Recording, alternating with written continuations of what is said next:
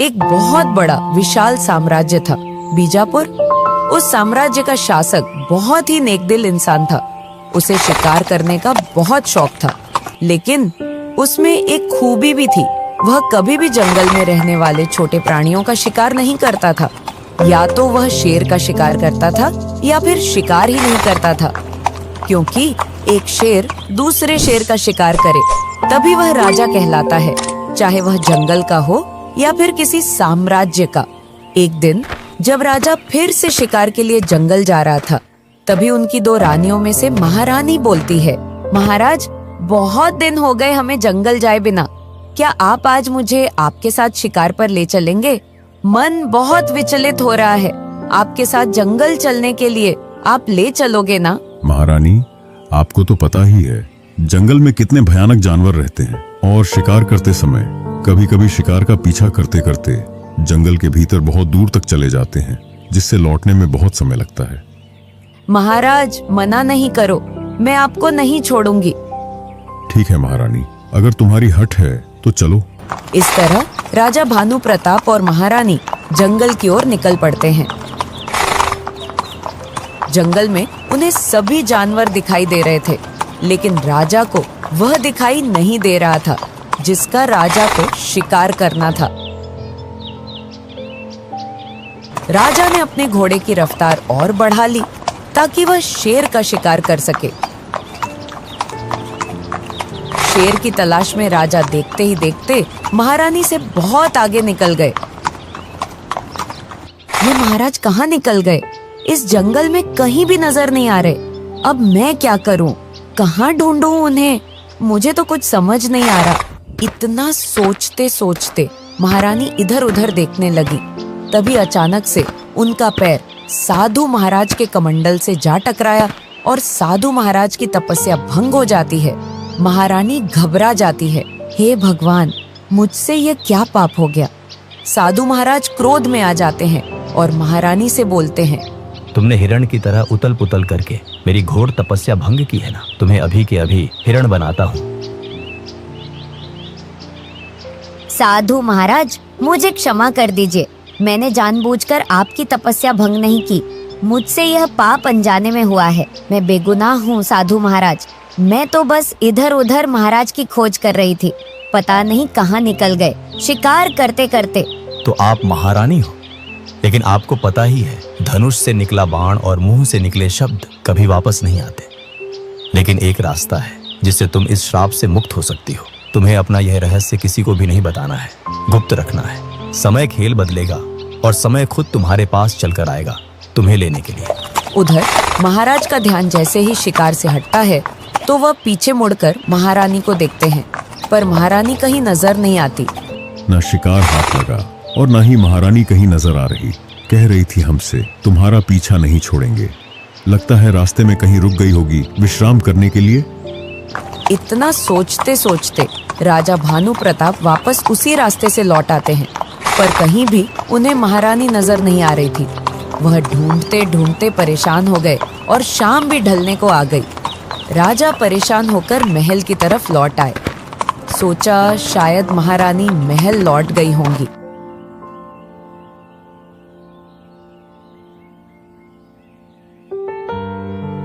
रानी चंद्रकला, महारानी कहाँ है? महाराज, आप ही के साथ तो गई थी जंगल शिकार खेलने, और आप मुझसे पूछ रहे हैं कि महारानी कहाँ है। यह तो आपको ही पता होना चाहिए ना। हाँ, चंद्रकला शिकार पर तो हमारे ही साथ गई थी, लेकिन जब मैं शिकार खेलता खेलता जंगल में ज्यादा भीतर तक चला गया तो अचानक पता नहीं महारानी कहाँ चली गईं। जब मेरा ध्यान उन पर गया तो मैंने बहुत ढूंढा उन्हें, पर वो कहीं नहीं मिली मुझे। इतना बोलते ही राजा वहाँ से चला आता है और सैनिकों को पास बुलाकर बोलता है, सैनिकों, जंगल का कोना कोना छान मारो और देखो महारानी कहाँ है। जो भी उन्हें खोज निकालेगा उसे मुंह मांगी इनाम दी जाएगी। इस तरह सैनिक जंगल में महारानी की खोज के लिए निकल पड़ते हैं। वे जंगल में हर जगह ढूंढते हैं, लेकिन परेशान होकर श्याम को वापस महल की ओर चल देते हैं। राजा भानु प्रताप ने महारानी को हर जगह खोजा, लेकिन कहीं भी पता नहीं चला। इसी तरह समय निकलता गया और कुछ समय बाद राजा फिर से शिकार खेलने के लिए जंगल गया। राजा को झाड़ियों में हलचल नजर आई तो उन्होंने देखा कि कोई जानवर है। वो जैसे ही आगे बढ़े तो शेर नजर आया। शेर ने जैसे ही राजा पर हमला किया तो राजा ने तीर चला दिए। तीर लगते ही शेर ने बचकर भागना शुरू किया तो राजा ने उसका पीछा किया और जैसे ही राजा ने तीर छोड़ा, शेर वहां से भाग निकला और वह तीर जाकर एक साधु को लग गया जो तपस्या कर रहे थे। तीर लगते ही साधु बोले, तुम जो भी कोई हो जिसने भी तीर चलाया है, मैं तुम्हें श्राप देता हूँ। तुमने जिस तरह मेरी तपस्या भंग की है, तुम्हें भी उसका परिणाम भुगतना पड़ेगा। तुम्हें इंसान से संतान की प्राप्ति नहीं होगी, ये मेरा श्राप है तुम्हें। साधु महाराज, मुझे माफ कर दीजिए। मैं तो उस शेर को अपना निशाना बनाकर बाण चला रहा था। जैसे ही शेर भागा, बाण आपको आकर लग गया। मैंने जानबूझकर आप पर बाण नहीं चलाया। मैं गुनहगार नहीं हूं, मुझे माफ कर दीजिए। राजन, आप हो, लेकिन जैसा कि आपको पता ही है कि आपके धनुष से निकला बाण और मेरे मुख से निकले शब्द कभी वापस तो नहीं आएंगे। इसका कोई तो उपाय होगा साधु महाराज। इसका उपाय संभव तो नहीं लग रहा, लेकिन फिर भी मेरे पास ये एक फल है। इस फल को आपको आपकी सबसे प्रिय पत्नी को जाकर खिलाना है, जिससे आप सबसे ज्यादा प्रेम करते हो। उस पत्नी से आपको एक सुंदर तेजस्वी कन्या की प्राप्ति होगी। वही कन्या तुम्हें और तुम्हारे परिवार को श्राप से मुक्त कराएगी। मैं तुम्हारे महल पहुंचने से पहले ही उसकी प्रतिमा महल में प्रकट कर दूंगा, जो बड़ी होकर उसी तरह की दिखाई देगी। पत्थर की प्रतिमा के रूप में होगी। इस तरह राजा भानु प्रताप साधु से वह फल लेकर अपने सैनिकों के साथ राजमहल की ओर रवाना हो जाते हैं। चलते चलते रास्ते में अचानक से वह फल राजा से गिर जाता है। राजा को इस बात का एहसास तक नहीं होता। राजा राजमहल पहुंच जाते हैं और उस पत्थर की प्रतिमा को देखकर बहुत खुश होते हैं। वह अपनी रानी चंद्रकला के पास जाकर अपने पास वह फल देखते हैं। नहीं मिलने पर वह समझ जाते हैं कि वह फल कहीं गिर गया है। राजा तुरंत सैनिकों को बुलाते हैं। सैनिकों को आदेश देते हैं, जाओ और अभी के अभी उस फल को ढूंढ कर लाओ जो साधु महाराज ने दिया था, नहीं तो इस साम्राज्य को कभी भी उसका उत्तराधिकारी नहीं मिल पाएगा। राजा भानु प्रताप की इतनी बात सुनकर सैनिक वहां से निकल आते हैं और जंगल की तरफ चल देते हैं। इधर वह फल आकार बदलकर घास बन जाता है ताकि किसी की नजर न पड़े। वह जिसके हक का है वही उस तक पहुंचे। सैनिकों ने फल को हर जगह खोजा, लेकिन उन्हें फल कहीं भी नजर नहीं आया। कुछ समय बाद उसी जंगल की एक हिरण घास खाती खाती आती है और उस घास को भी खा लेती है।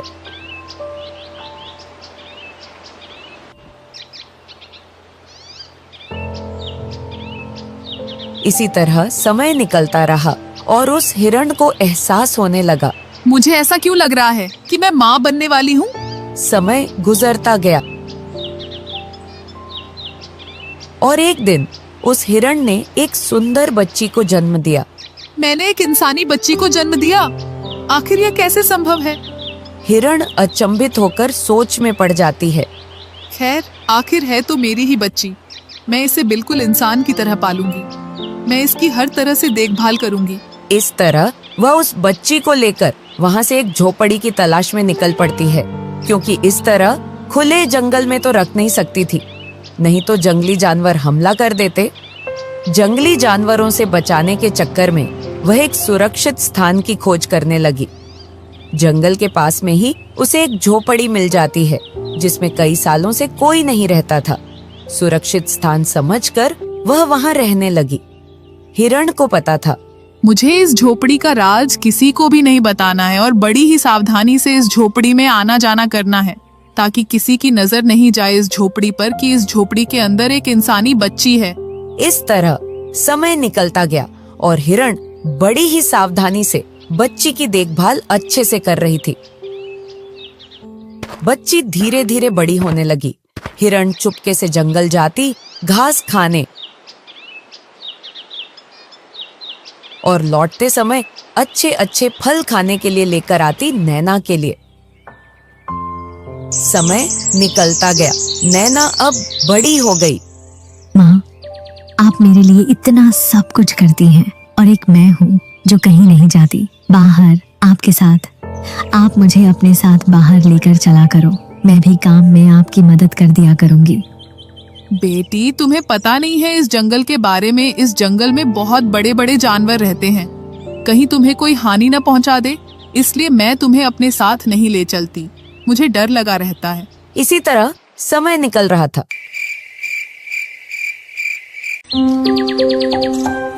एक दिन हिरण फल लेकर झोपड़ी की ओर लौट रही थी, तभी दूर खड़ा भालू देखता है। अरे, हिरण फल लेकर कहाँ जाती है? मैं इसे कई दिनों से देख रहा हूँ। ये चुपके से फल ले जाती है।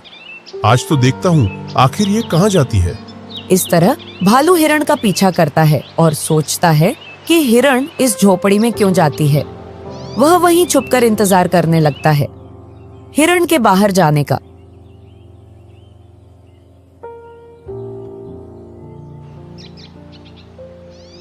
जैसे ही कुछ समय बाद हिरण बाहर जाती है तो भालू जाकर देखता है कि आखिर झोपड़ी के अंदर ऐसा क्या है। जैसे ही देखता है तो उसे इंसानी लड़की नजर आती है।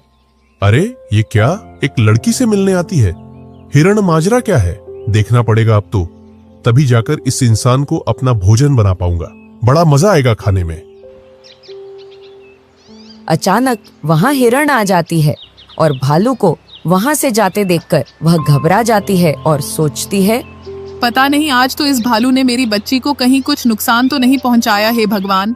वह जल्दी से अंदर जाती है और नैना को सुरक्षित देखकर जान में जान आ जाती है। हे भगवान, तेरा लाख लाख शुक्र है, मेरी बच्ची नैना सही सलामत है। क्या हुआ माँ, तुम इतनी घबराई हुई क्यों हो? कुछ नहीं मेरी बच्ची, अब यह स्थान हमारे लिए सुरक्षित नहीं रहा। अब हम यहाँ और नहीं रह सकते। मैंने अभी अभी देखा कि तुम्हें यहाँ भालू देखकर गया है। वह कभी भी अपना शिकार बना सकता है। हमें यहाँ से कहीं और चलना होगा, सुरक्षित जगह पर। उधर भालू खुशी खुशी घर लौट रहा था, तभी उसकी मुलाकात जंगल के राजा शेर सिंह से हो जाती है। अरे वाह भालू भाई, आज शिकार खुद चलकर मेरे पास आ रहा है। अरे रुको रुको राजा शेर सिंह, मुझे मत खाओ। तो फिर क्या तेरे परिवार वालों को बुला रहा है दावत पर? नहीं नहीं, तो फिर मेरा सोने का समय क्यों खराब कर रहा है? अभी खाता हूँ तुझे। अगर मैं तुम्हें मुझसे भी अच्छा भोजन दूं तो तुझसे अच्छा भोजन क्या हो सकता है? इंसान का भोजन। क्या सच में? हाँ, तेरे पास इंसान कहाँ से आया? जल्दी बता। आया नहीं रहता है इसी जंगल में? क्या शेर सिंह के इलाके में इंसान रहते हैं और शेर सिंह को ही पता नहीं? मैं शेर सिंह नहीं हो सकता। मेरा मतलब शेर सिंह के इलाके में इंसान नहीं रह सकते। तो चले राजा साहब। हाँ हाँ, चलो जल्दी से। इधर हिरण नैना को लेकर वहां से निकल लेती है।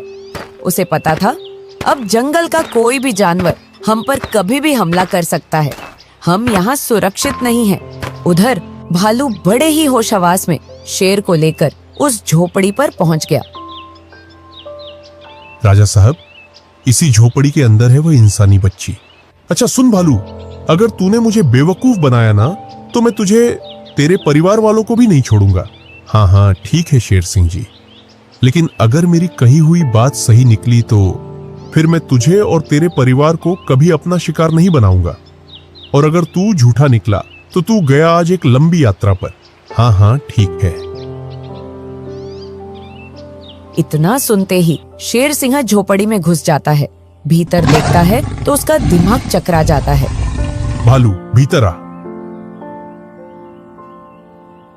भालू भैया भीतर जाते हैं। भीतर देखते ही भालू भैया की 9-2-11 वाली घंटी बज जाती है।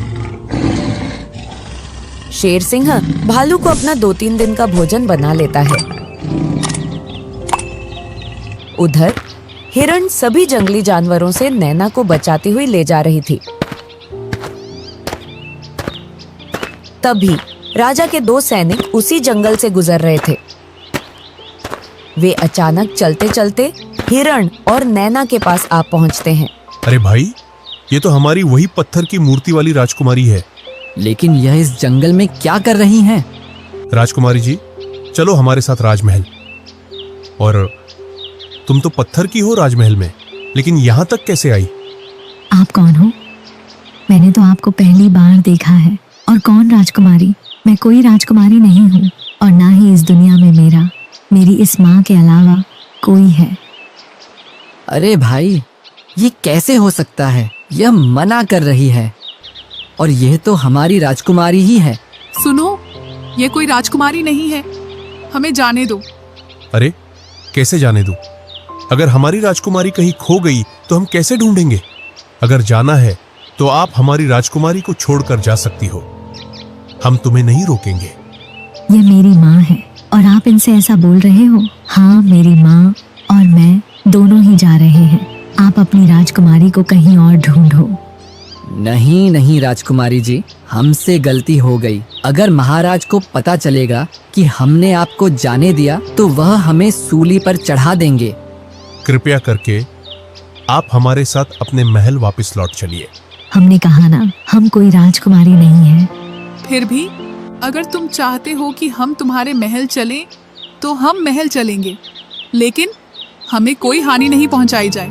हाँ हाँ, तुम्हें कोई भी हानि क्यों पहुंचाएगा? यह तो हमारी राजकुमारी है। राजकुमारी जी, भला कौन में इतनी हिम्मत है जो आपको हानि पहुंचाएगा? इस तरह हिरण और नैना दोनों ही सिपाहियों के साथ महल की ओर चल देती हैं। थोड़े ही समय बाद वे सभी राजमहल पहुंच जाते हैं। तुम यहीं रुको, मैं महाराज को बताकर आता हूँ। सिपाही जैसे ही महाराज को बताने जा रहा था, तभी उसकी नजर उस पत्थर की मूर्ति पर पड़ी। अरे यह क्या? यह तो अभी तक यहीं खड़ी है। तो फिर जिसे हम जंगल से लाए हैं, फिर वह कौन है? मुझे महाराज को बताना होगा, हम किसे ले आए। सिपाही सोचता सोचता महाराज के पास पहुंच जाता है। महाराज की जय हो। बोलो, क्या बात है? महाराज, मैं सदमे में आ गया हूँ। क्या कहना चाहते हो? जो बोलना है साफ साफ बोलो, क्या हुआ है? सिपाही ने जंगल में नैना के मिलने से लेकर यहाँ तक कि उसे राजमहल लाने और जो अभी अभी देखकर आया है, वह सभी घटनाएं राजा को सुनाई। राजा भानु प्रताप स्वयं अचंभित हो गए और तुरंत नैना को उस प्रतिमा के पास लाने के लिए सिपाही से कहा। जब राजा भानु प्रताप ने नैना को देखा तो वह हक्के बक्के रह गए। उन्हें कुछ समझ नहीं आ रहा था, यह सब क्या है। थोड़े ही समय में वहां पर वही साधु महाराज आ जाते हैं। मैंने कहा था ना कि समय खुद चलकर आएगा, और आज देखो, समय के चक्रव्यूह के माध्यम से आपका पूरा परिवार खड़ा है यहाँ। साधु महाराज, मुझे तो कुछ भी समझ नहीं आ रहा। रुको राजन, सब समझ आ जाएगा। बेटी नैना, इस प्रतिमा को स्पर्श करो। नैना जैसे ही प्रतिमा को स्पर्श करती है तो वह उसी में समा जाती है। साधु महाराज, मैं कौन हूँ? अभी सब पता हो जाएगा। इस हिरण को स्पर्श करो। नैना जैसे ही हिरण को स्पर्श करती है तो हिरण महारानी के रूप में बदल जाती है। साधु महाराज, आपको कोटि कोटि नमन, जो आपने मुझे मेरे श्राप से मुक्त कराया। राजन, यह आपकी महारानी है जो आपके साथ शिकार खेलने गई थी। उसी समय इन्होंने मेरी तपस्या भंग की थी। उसी श्राप से यह हिरण बन गई थी। और यह नैना राजकुमारी उसी फल से जन्मी है जो फल मैंने तुम्हें संतानहीन रहने का श्राप देने के बाद दिया था। और तुमसे कहा था कि यह फल इस रानी को खिलाना जिससे आप सबसे ज्यादा प्रेम करते हो। और वो ये सुलेखा महारानी है जो जंगल में हिरण का रूप धारण किए हुई थी। फल आपसे वहीं गिर गया था। फल ने घास का रूप धारण कर लिया था ताकि कोई उसे खा ना सके। और जब यह घास चरने गई तो घास के रूप में वह फल इनके गर्भ में पहुंच गया। और कुछ समय बाद महारानी ने नैना को जन्म दिया। महारानी ने नैना को सभी संकटों से बचाया। आज आप सभी अपने अपने श्रापों से मुक्त हो गए हो। आपका बहुत बहुत धन्यवाद। आपने हम सभी को फिर से एक कर दिया। इन दोनों सिपाहियों को उनकी मुंह मांगी रकम दी जानी चाहिए, जो महारानी सुलेखा और राजकुमारी नैना को लेकर महल आए। इस तरह एक रानी और राजकुमारी का कुछ जीवन जंगल में व्यतीत हुआ।